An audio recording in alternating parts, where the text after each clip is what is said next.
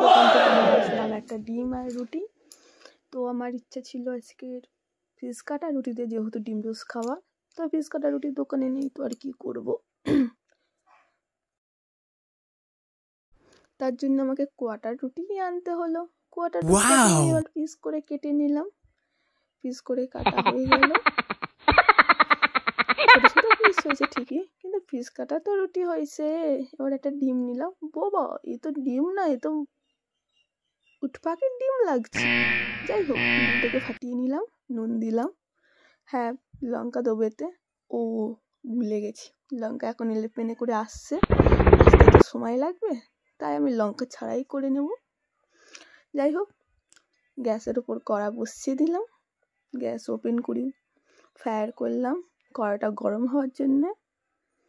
ও বাবা, তো কড়া গরম হওয়ার আগে আমার পিমড়েই বলছি যে আমি তো রুটি খাবো। যাই হোক, পিমড়েটাকে ফেলে দেবো। ফেলে দিয়ে একটু ধুয়ে আবার তেলটাকে গরম করতে দিলাম।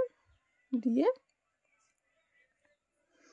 রুটিটাকে ভালো করে ডিমে চুবিয়ে এপার ওপার করে নেবো। আমি এটা চামচের সাহায্য করছি, তোমরা চাইলে হাতের সাহায্যও করতে পারো, সে তোমাদের ইচ্ছা। এপিট ওপিট হয়ে গেলে রুটিটা, তেল গরম হয়ে গেলে এবার রুটিটা দিয়ে দেবো তেলের ওপর।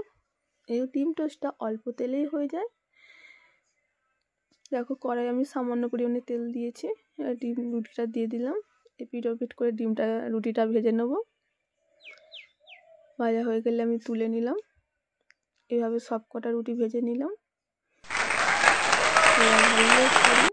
Goodbye.